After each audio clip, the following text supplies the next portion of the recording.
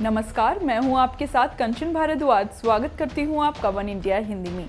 छत्तीसगढ़ की राजधानी रायपुर की लोकसभा सीट रमेश बैस के नाम है।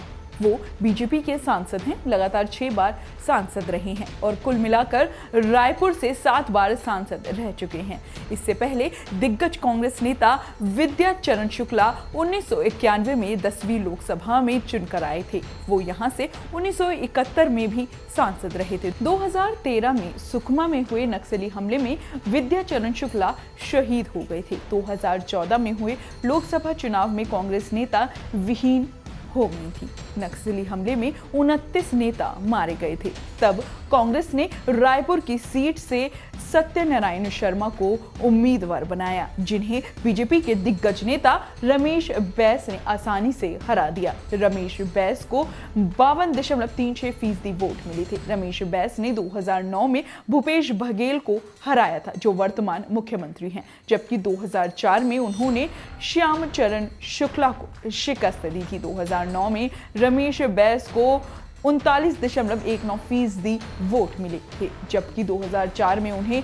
54.54% वोट मिले थे। रायपुर को बीजेपी का गढ़ माना जाता है। इसकी बड़ी वजह यह है कि यहाँ की शहरी आबादी, जहाँ बीजेपी की मजबूत पकड़ है, यहाँ शहर में जनसंख्या 48.46% है। आदिवासियों की आबादी 6% और दलितों की आबादी 17% है। रायपुर में मतदाताओं की तादाद 2014 में 19 लाख से अधिक थी। इनमें पुरुष मतदाताओं की तादाद 9,79,000 से ज्यादा थी। मतदान का प्रतिशत 66% रहा था। रमेश बैस ने 6.5 लाख से ज्यादा वोट हासिल कर विरोधी उम्मीदवार को करीब 1.25 लाख वोटों से हराया था। रमेश बैस ने अपने वर्तमान कार्यकाल में संसद के भीतर सक्रियता नहीं दिखलाई है।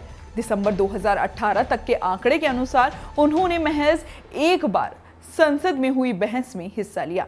संसद में सवाल भी महज 4 ही पूछे हैं। हालांकि उनकी उपस्थिति इतनी बुरी नहीं रही। रमेश बैस ने संसद में 88% उपस्थिति रखी हुई है। हालांकि सांसद निधि का भरपूर उपयोग रमेश बैस ने किया है। 25 करोड़ की रकम में से ज्यादातर हिस्सा वो खर्च कर चुके हैं। दिसंबर 2018 तक छत्तीसगढ़ में वो इकलौते सांसद हैं जिनके सांसद निधि में खर्च करने के लिए कोई पैसा नहीं बचा था, यानी पूरा उपयोग सांसद निधि का हुआ है।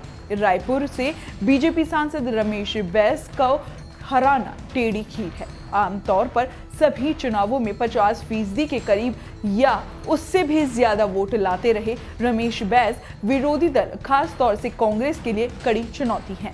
इस चुनौती से निपट पाना बहुत मुश्किल लगता है। अगर 2019 में रमेश बैस चुनाव जीतते हैं तो वो 8वीं बार इस क्षेत्र से जनता का प्रतिनिधित्व कर रहे होंगे।